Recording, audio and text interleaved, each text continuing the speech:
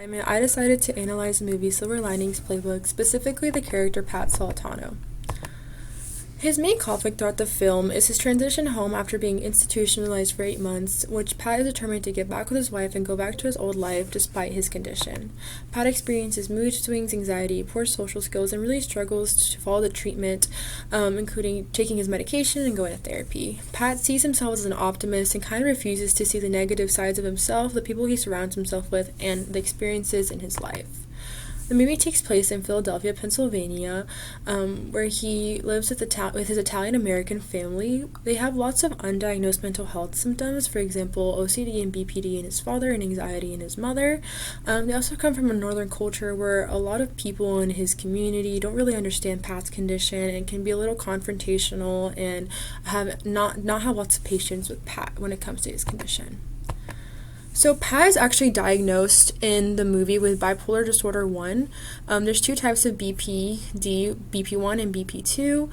There's a 3 to 4% lifetime prevalence, and it's pretty equally spread among men and women. It's also pretty equally spread among ethnic groups. However, treatment and underdiagnosis may vary. For example, Black individuals are more likely to be underdiagnosed with BPD and overdiagnosed in schizophrenia.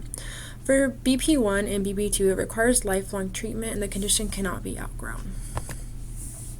Mania is the main thing we see in this movie, specifically Pat's manic episodes. According to the DSM-5, they must have 3 of the following symptoms to be considered a manic episode: inflated self-esteem, decreased need for sleep, more talkative than usual, flight of ideas, distractibility, increase in goal-directed activities, and excessive involvement in dangerous behavior.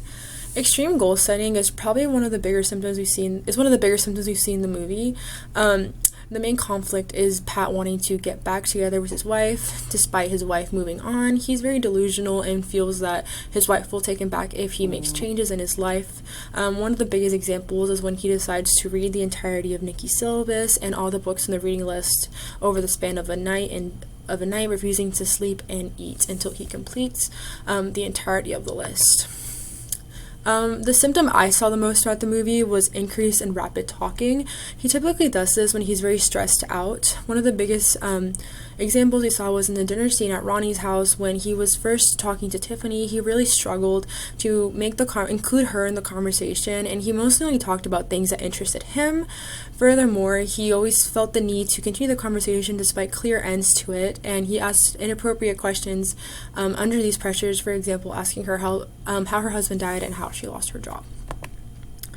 The symptom that was least seen was excessive involvement in reckless behavior, mostly because he was actively trying to change for his wife, and he was very fearful of any of his reckless behavior reaching Nikki and her not taking him back. That was one of the main stressors in the movie. For treatment, I would treat Pat with medication, specifically lithium, which has one of the strongest effects in individuals with bipolar disorder. It acts as a neurotransmitter in the brain, reducing excitatory neurotransmission and increasing inhibitory neurotransmission. I would pair this along with cognitive behavioral therapy as seen in the movie, which is a problem-oriented strategy that helps individuals with BPD ease symptoms, can enhance drug adherence, and teach prevention strategies.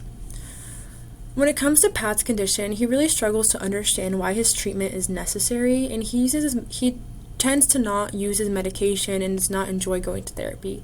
However, his bodily autonomy does have to be taken away due to him breaking the law, so it is part of the agreement between him staying home or going back to the hospital. So his bodily autonomy is taken away throughout the movie in this sense.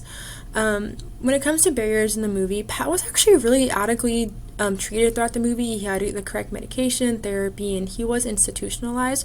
However, the biggest barrier for him was that he was not diagnosed until later into adulthood. His father stated that he really did not enjoy spending time with his son and had lots of troubles connecting with him due to his behaviors at a young age. I feel like if his parents would have been better educated on BPD, he would have been diagnosed at a much earlier age. Overall, I do think the movie did a really good job portraying the condition. However, I do feel that it's more on the extreme side of BPD. Also, it kind of gave off the illusion that Pat's problems were all solved because he moved on from Nikki. However, BPD is a condition that cannot be outgrown. The portrayal of mood disorders in media holds a lot of power. For many of us, our only exposure to some of the types of disorders we see and consume in media. It's really important for films to actually accurately depict these disorders and to not further contribute to stigmas. Thank you. And here's my works cited.